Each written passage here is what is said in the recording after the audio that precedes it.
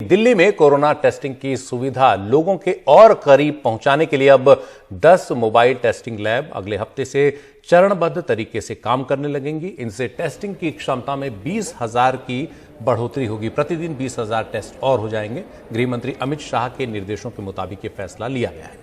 Indian council of medical research यानी ICMR इस काम में दिल्ली सरकार की पूरी मदद करेगी।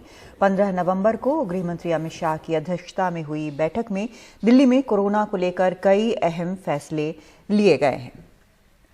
नीता शर्मा के पास चलते हैं हम इस पर और जानकारी के लिए। नीता, ये कई अहम फैसले लिए गए हैं और लगातार बढ़ते संक्रमण के कारण शायद ये फैसले लिए गए हैं दिल्ली सरकार से बात करके। इनके अलावा भी और भी कोई फैसले लिए गए हैं या किस तरह की जो आशंका है वो गृह मंत्रालय में इन संक्रमण को बढ़ते नंबर्स को लेकर है?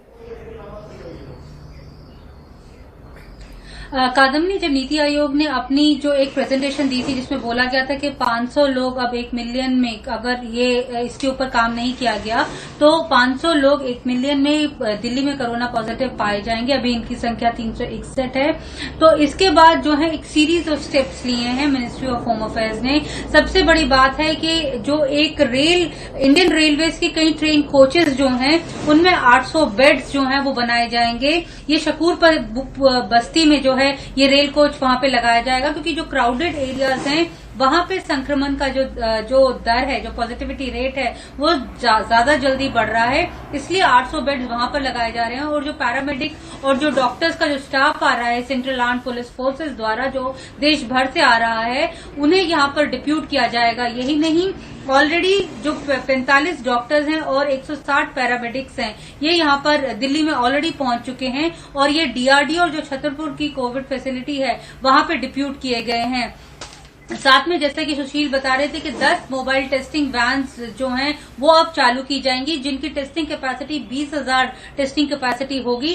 साथ में ICMR को ये भी बोला गया है कि जो आपके 2,000 टेस्टिंग लैब्स हैं उनमें जो इंफ्रास्ट्रक्चर है उसे रैंप अप कीजिए, both in terms of staff, equipment और साथ में एंगेजमेंट ऑफ प्राइवेट लैब्स। अब ये माना जा रहा है क्योंकि टेस्टिंग को लेकर के अरविंद केजरीवाल ने सेंटर से बोला था कि वो एनहांस करना चाहते हैं। बेशक से दिल्ली 50 से 60,000 अभी टेस्टिंग कर रहा हो, लेकिन RT-PCR टेस्टिंग जो थी वो 20,000 के आसपास हो रही थी। लेकिन अब ICMR की मदद के बाद ये जो RT-PCR टेस्टिंग है ये 60,000 के आसपास लगभग हो जाएगी नवंबर एंड तक। ICMR को ये बोला गया और ICMR ने इस बात की मंजूरी भी दे दी है। 5 RT-PCR जो टेस्टिंग फैसिलिटीज हैं एम्स में वो ऑलरेडी फंक्शनल हो गई हैं और जो दिल्ली में जो टेस्टिंग कैपेसिटी है आज से 10,000 जो है वो एनहांस कर दी गई है।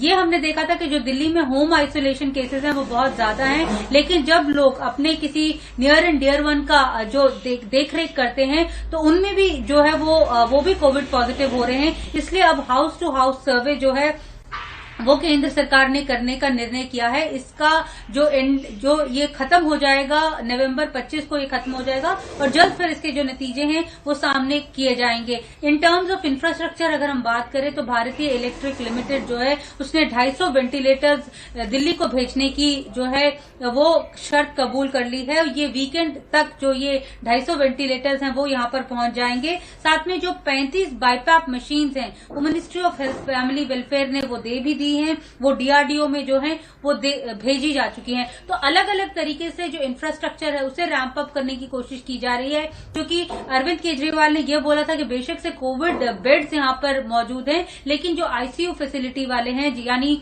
ऑक्सीजन सिलेंडर, वेंटिलेटर वो यहाँ पर उनकी कमी हो रही है। उसके चलते ही ये सब अब जो रैंपिंग अप एक्सरसाइज है वो केंद्र सरकार द्वारा की जा रही है। कादम्बनी जी, बहुत शुक्रिया आपका नीता इस पूरी जानकारी के लिए।